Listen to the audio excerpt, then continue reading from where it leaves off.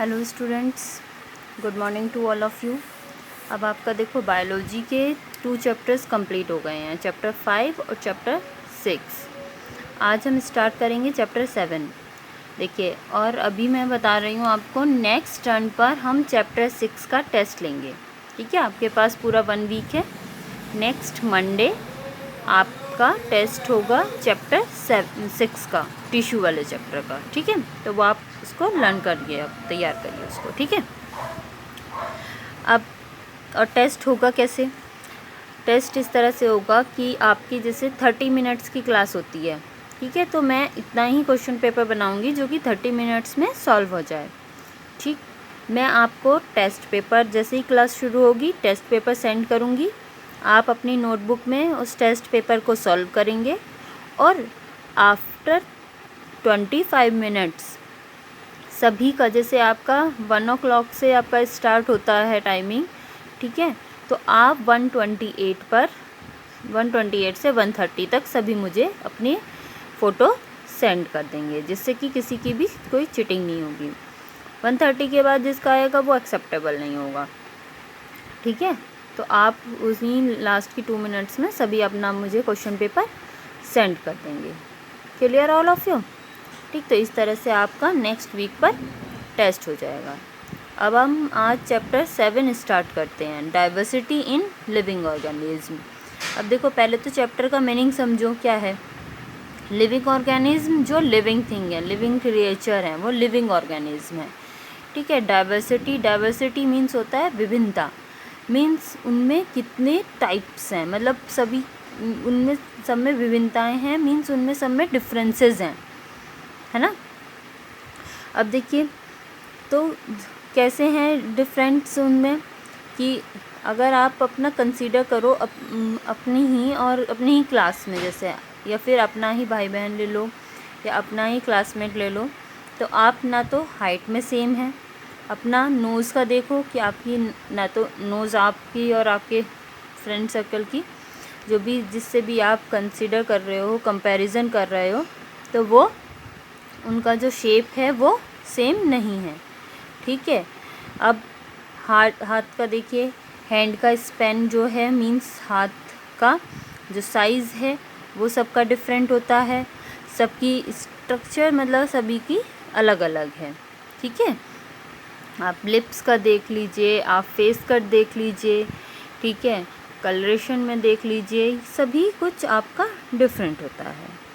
ठीक है, अब अगर हम अब दूसरी स्पीशीज़ के साथ कंसीडर करते हैं, जैसे हम अपने आप को कंपैरिजन करें टाइगर से, मंकी से या एप से, तो उनमें और भी ज़्यादा डिफरेंसेस होंगे। ठीक है, तो ये सब आपका क्या है, डिफरेंसेस हैं। ठीक, कि एक ही आपका स्पीशीज़ में डिफरेंस और अलग अलग आपका जो अदर स्पीशीज़ के साथ डिफरेंसेस। ठीक है, जैसे हम काऊ में भी देखते हैं कि काऊ जिनके घर पली हुई होंगी तो उनको उसकी ब्रीड भी पता होगी, है ना।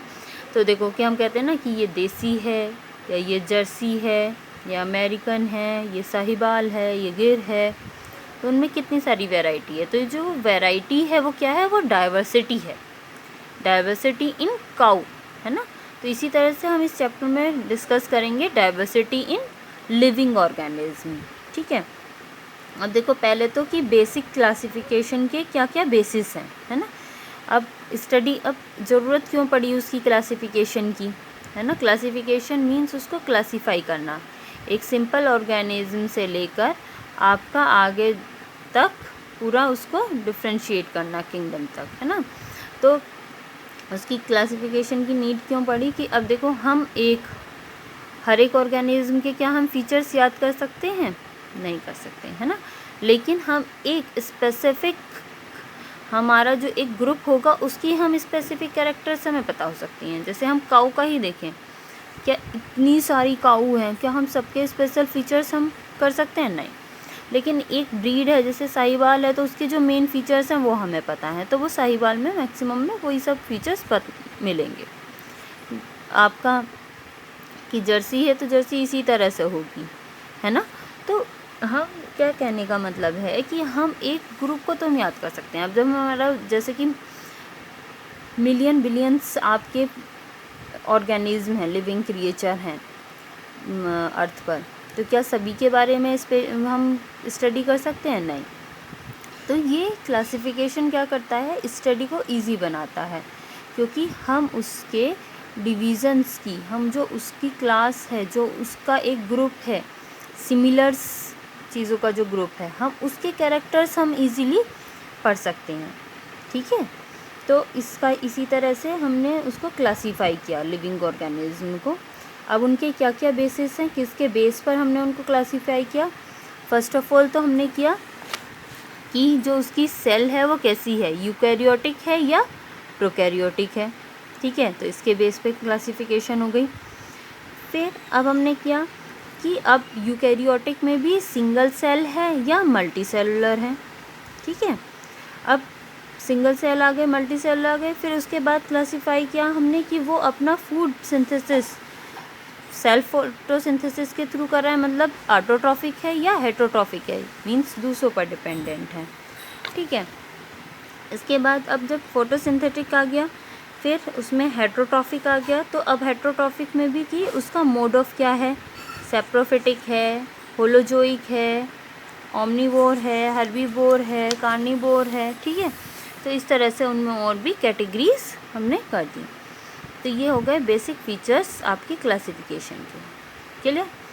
तो यहाँ तक ये आपका कंप्लीट हो गया है। नेक्स्ट हम क्लासिफिकेशन एंड इवोल्यूशन से आगे नेक्स्ट वीडियो में करेंगे, और यहाँ तक के मैं आपको क्वेश्चन आंसर सेंड कर दूँगी। ओके, और मैं दोबारा याद दिला रही हूँ, नेक्स्ट टर्न पर आपका चैप्टर 6 का टिश्यू चैप्टर का टेस्ट होगा। ठीक है, थैंक यू।